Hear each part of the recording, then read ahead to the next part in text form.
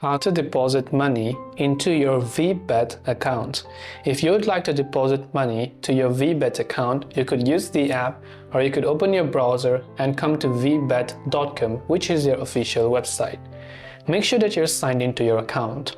Now, in order to make a deposit, on the top right hand side, you can see a vertical three dots icon. Tap on the three dots icon. Here you'll find many options, but you can also tap the profile icon from the top right.